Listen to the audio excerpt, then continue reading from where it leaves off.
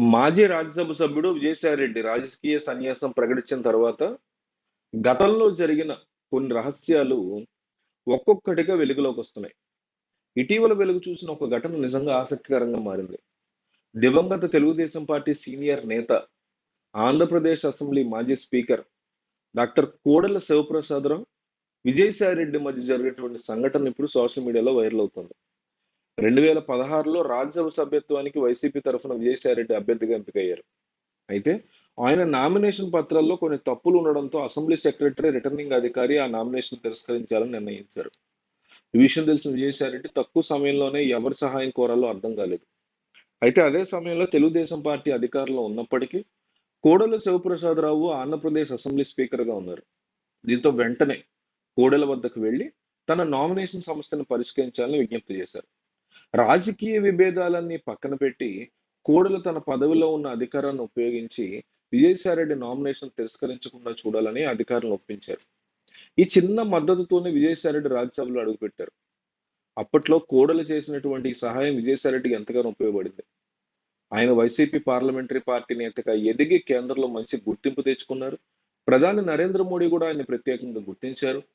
అయితే కొంతకాలానికే ఏపీ రాజకీయ పరిణామాలు మారిపోయాయి. వైసీపీ అధికారంలోకి రాగానే టీడీపీకి చెందిన పలువురు నాయకుల మీద కక్ష సాధింపు చర్యలు ప్రారంభమయ్యాయి. ఇందులో కోడెల శివప్రసాదరావు కూడా కీలకంగా ఉన్నారు. ఆయన మీద కేసులు పెట్టడం, రాజకీయ ఒత్తిడి పెంచడం లాంటివి తీవ్ర స్థాయికి చేరాయి.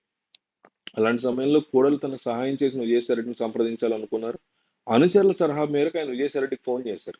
అయితే ఆశ్చర్యకరంగా తనకి రాజకీయ జీవితాన్ని అందించిన కోడెల ఫోన్ కి విజయసాయిరెడ్డి లిఫ్ట్ కూడా చేయలేదంటూ వార్తలు వస్తున్నాయి.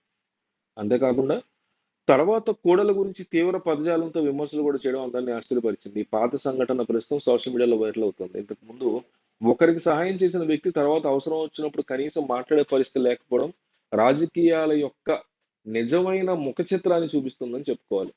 గతంలో తనను ఆదుకున్న కోడల్ని పూర్తిగా విస్మరించడం విజయసాయిరెడ్డి వ్యక్తిత్వాన్ని ప్రశ్నించేలా చేస్తుంది. ఇప్పుడు విజయసాయిరెడ్డి గురించి డిస్కషన్ నడుస్తున్నాయి. మరోవైపు వైసీపీలో ఒక వెలిగిన విజయసాయిరెడ్డి ఆ పార్టీకి రాజీనామా చేసి రాజకీయాల నుంచి తప్పులను ప్రకటించిన సంగతి తెలిసిందే.